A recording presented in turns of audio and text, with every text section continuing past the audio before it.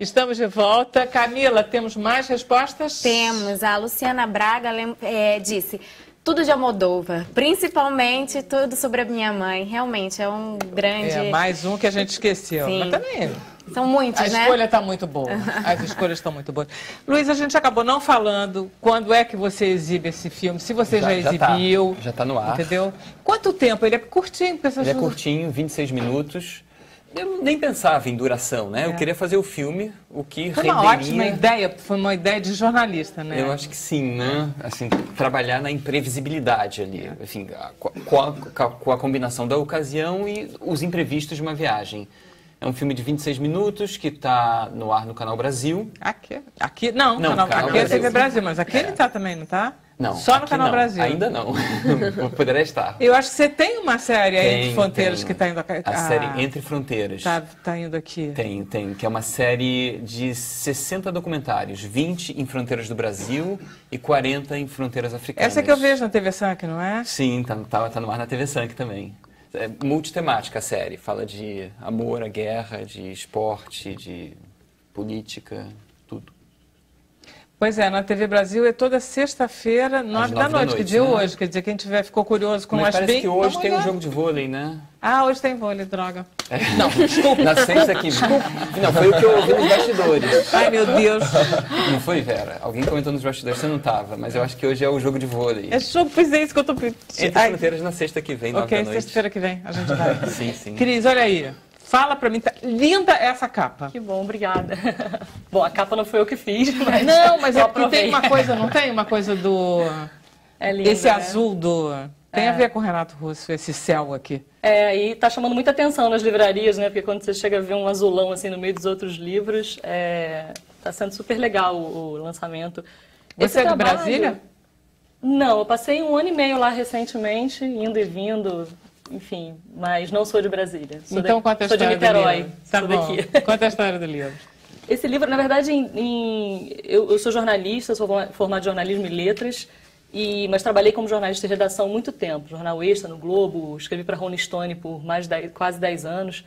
E quando, em 2005 eu cismei que eu queria ser biógrafa. Na verdade, antes eu já estava ensaiando isso, mas em 2005 eu pedi uma autorização a Zé Ramalho para escrever a biografia dele. E aí ele me deu autorização, quando ele me deu autorização, o Roberto Carlos tinha feito aquele mise-en-scène lá, que ele conseguiu proibir e recolher a biografia dele, né, do Paulo César de Araújo. E aí eu fiquei naquele negócio sem editora, sem conseguir botar para frente o meu projeto Zé Ramalho. E aí, quando foi 2008, a gravadora EMI me convidou para fazer um trabalho que eles iam relançar os discos da Legião Urbana em vinil, com encartes originais, e queriam incluir um encarte especial com as histórias dos discos. E aí, quando me convidaram... Mas você especialmente adora rock brasileiro? Eu adoro música, eu sou extremamente eclética, e eu nasci em 1980. Então, Legião é minha infância inteira. A Clarice também adora, né, Clarice? Adoro. O Zé Ramalho, por exemplo, que é uma paixão de quando eu fiz 18, 19 anos, que eu ouvi pela primeira vez e enlouqueci. Mas meu pai é super roqueiro, então eu fui criada entre Beatles, Rolling Stones, The Who, Led Zeppelin, enfim, tudo isso que o Renato Russo, enfim, todos os integrantes da Legião ouviam muito também. Então, e Legião era a minha banda preferida dos anos 80. Eu, criança, achava, tipo, Faroeste Caboclo, eu ficava, meu Deus, tentando entender aquela história, que hoje eu vejo que foi a primeira música que me chamou a atenção, que é uma biografia, né? Faroeste Caboclo é a história de João de Santo Cristo. E virou filme. Exato. A música virou filme. Então eu descobri que biografia era realmente o que eu queria fazer da vida, que eu queria trabalhar com isso. E aí, quando a gravadora me convidou para escrever as histórias dos discos, eu comecei a entrevistar pessoas que trabalharam nos discos. Peguei os encartes, quem foi produtor, quem foi engenheiro de som, que é uma coisa que é pouco feita, na verdade, nas biografias. Porque, em geral, você conta...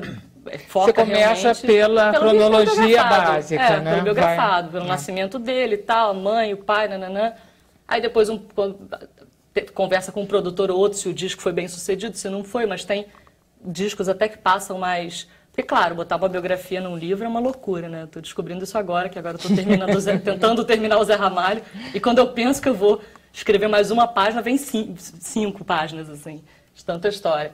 E aí, quando saíram os discos, com as histórias, eu contei a história de cada disco, os fãs da Legião, que são fãs, assim, seguidores maravilhosos, beijo para eles, que estão sendo incríveis, assim, na recepção do livro. Legiomaníacos. Eles colecionam até matérias de jornal que saem sobre o livro.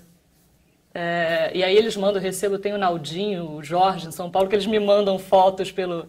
Quanto tempo durou a Legião? Também muito pouco tempo para... Na verdade, de lançamento do primeiro disco, que foi 85, a 96, que foi a morte dele, 11 pouco anos, tempo, né? Quer dizer, forma uma geração de fãs e carentes ao mesmo tempo, da banda.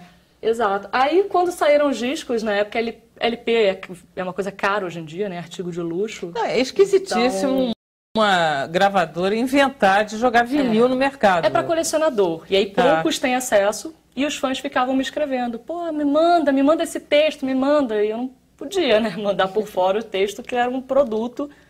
E aí o tempo foi passando, eu falei, nossa, gente, esses fãs merecem, porque eles ficavam pedindo. E aí alguém fazia um trabalho de faculdade, uma dissertação de mestrado sobre Legião. Aí eu mandava trechos, tentava falar para não furar o bloqueio e tal, mas a gravadora não relançou de novo e me deu a liberação para transformar isso em livro. Ah, que bom. E aí eram os discos de carreira, né, que eu tinha escrito, e aí quando eu fechei com a editora Leia de transformar isso em livro, eu escrevi sobre os outros discos, que são coletâneas, discos ao vivo, e os solos do Renato Russo, que também foram muito bem sucedidos e duraram, e aconteceram enquanto a Legião existia. Né? Até algumas pessoas têm me perguntado de discos do Dado Villa-Lobos e do Marcelo Bonfá depois, mas eu fechei o livro no período em que a Legião Urbana existia e que trabalharam juntos efetivamente. Senão você né? tem que senão ter eu vou foco. ficar atualizando anualmente, né? Mas aí, você tem, o teu exemplar é todo marcado, tem post-it, tudo azul, evidentemente. Mas é porque eu sou assim... Parece uma performance. Eu sou assim com todos os livros. Eu fiz o... Não, olha só, você viu? Não, bem, olha só, é todo bonitinho. Programa. Eu achei que você não vai contar cada historinha. Não, e o meu marcador de texto é a pulseirinha do show do Dado e do Bonfá que eu vi aqui. Mas aí não são historinhas? Como é bonito. Não, então, eu sou assim, e eu fiz um mestrado, meu mestrado foi, depois que eu saí de redação e vou escrever livro, cismei que eu ia fazer isso, e aí não consegui editora para Zé Ramalho, fui fazer um mestrado para me especializar no tema das biografias. E aí, quando eu acabei o mestrado, Carmen Lúcia, já citada aqui, liberou Supremo. as biografias. E aí, tipo, todo o drama que eu estudei 2 anos, debatia, liberou, abriu. Foi resolvido. Foi resolvido. Foi uma frase bonita que ela falou. Qual foi a partir de agora? Cálice, Cala a boca, Cala já a boca morreu. já morreu. Muito Exatamente. bom, muito bom na boca de um. Eu até falo sobre isso um pouco aqui na introdução. É um dos post-its. Então, e aí o meu mestrado, todos os meus livros são assim. O meu do Roberto Carlos, que eu consegui comprar antes dele proibir, é assim, eu vou anotando, porque eu tenho uma memória ruim, apesar... Eu acho que é muita pesquisa, muita leitura. E aí eu vou marcando, porque são coisas que eu quero voltar depois, que eu quero ler de novo, que eu quero... Tanto nos meus então não tem nenhuma historinha, você não quer selecionar uma historinha para nos contar? Por acaso essas daqui estão na cabeça. Então conta uma historinha gostosa dessas que a gente gosta de saber, que a gente... Tem várias, eu acho, assim, uma coisa que tem perguntado muito, qual é o diferencial? Porque tem muitos livros escritos sobre Legião Urbana, outras biografias, de Renato Russo, inclusive, e eu acho que o diferencial desse livro é que eu estou dando voz aos coadjuvantes, ao técnico de som, ao diretor artístico da gravadora, que é o outro lado da história, que também como biógrafa eu aprendi que é extremamente importante. Você vai entrevistar às vezes o personagem principal, ele vai te contar uma história já muito fantasiada, de uma memória já viciada, de muitas outras vivências, romantizada e tal. E não é maldade não, é porque a gente é assim. Eu faço isso. Eu sou pega fazendo, às vezes, meu pai fala, não foi assim essa história. Aí então me lembra. Então eu tento ouvir todos os lados e aqui eu fiz isso e dei muita voz a essas pessoas. E aí Maírton Bahia, por exemplo, que é o produtor da maioria dos discos da Legião Urbana, ele me contou histórias ótimas, como, por exemplo, o Faroeste Caboclo, que é uma música enorme. Eles chegaram muito crus, né, de Brasília, para o estúdio, e foram meio cruz até o terceiro disco. E quando eles foram gravar Faroeste, eles gravavam muitas vezes, muitas coisas, e o Ayrton, inclusive, cortava e colava com gilete para poder montar a música final, que eram gravadas em fitas, né? Então, eles erravam, aí erravam aqui, erravam aqui, erravam aqui. Aí ele ia colando os trechos e montando a música. E Faroeste Caboclo, ele, no final das contas, desistiu e meteu efeitos de eco, de sintetizadores, para disfarçar erros durante a música. Erro pra caramba. Que na verdade é normal para uma banda, né? Não Você já lançou, então? Já, eu lancei em dezembro. Explica, o que você vai fazer em Curitiba, especialmente? Não tenho nada contra, eu adoro Curitiba, mas por que você foi lançar em Curitiba? Então, eu tô, assim, né, eu tô achando super incrível, assim, pena que a gente não tem tanto tempo para fazer todas as conexões. Mas eu falei lá em Curitiba sobre aquele filme Cinema Aspirinas e Urubus, que ele vai levando, né, aquela propaganda nas cidades pequenas e monta o cinema, né? Durante a guerra e depois da guerra. Eu tenho pensado muito nisso, assim, porque eu viajo muito pelo Brasil por conta dessas pesquisas. Nordeste, então, por causa da Ramalho, eu já fui ao sertão, para tudo que é lado e tal. E, poxa, tem lugares que não tem nem livraria. E tem lugares que não... E tem capitais que não têm lançamentos, eventos de lançamento.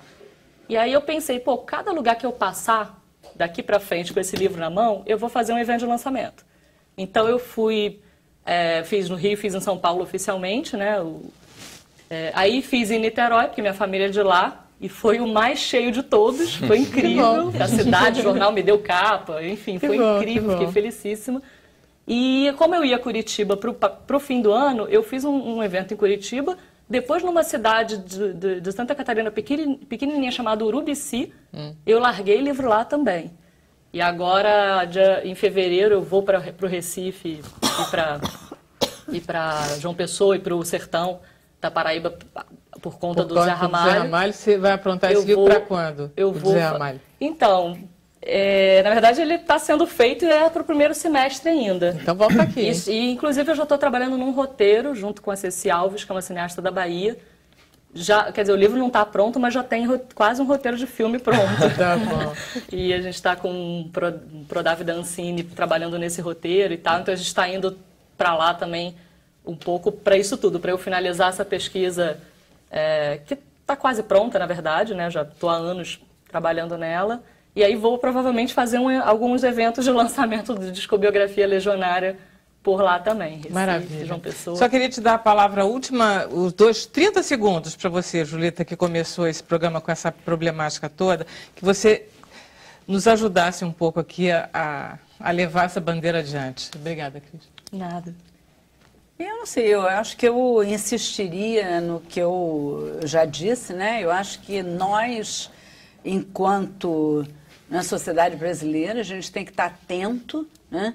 Nós não podemos nos deixar cronificar nesse desprezo pelo que acontece dentro das prisões, porque isso vai reverberar e isso vai chegar aqui fora. E vai ser muito ruim para todo mundo. Vai sim. Obrigada, hein? Bom, muito obrigada a todos vocês, convidados, ao nosso público. Segunda-feira, às 16h, nós estamos de volta, tá? Bom, para quem está ligado no Facebook, o programa fica mais um pouquinho, tá? Uns 10 minutinhos de lambuja. A gente volta segunda, um bom fim de semana para todos e o Sem Censura é um programa da TV Brasil. Até lá.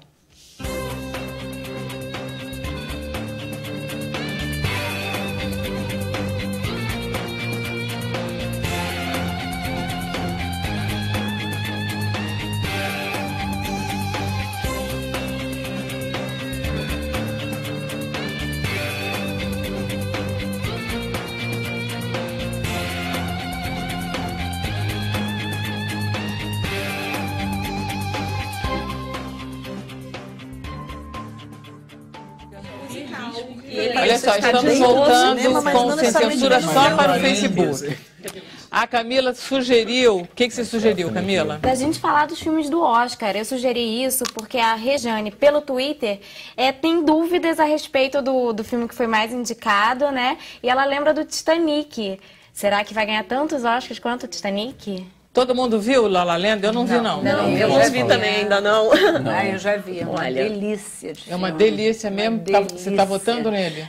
Sabe assim, quando você já Você está num momento em que, sabe, tragédias nas penitenciárias, o Temer, tipo, destruindo o Brasil. Tragédia no Congresso. Tá precisando de falta de esperança que né? você, de Sabe, repente, aquela chega à noite em absoluta... casa. Aí você chega lá, você...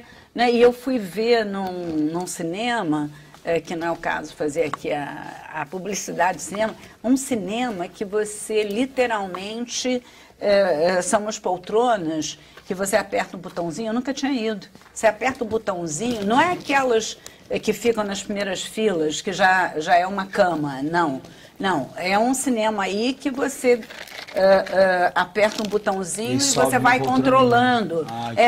Sobe a coisa para os pés, você relaxa totalmente. Então você fica na posição que você quer, mais deitado, menos deitado.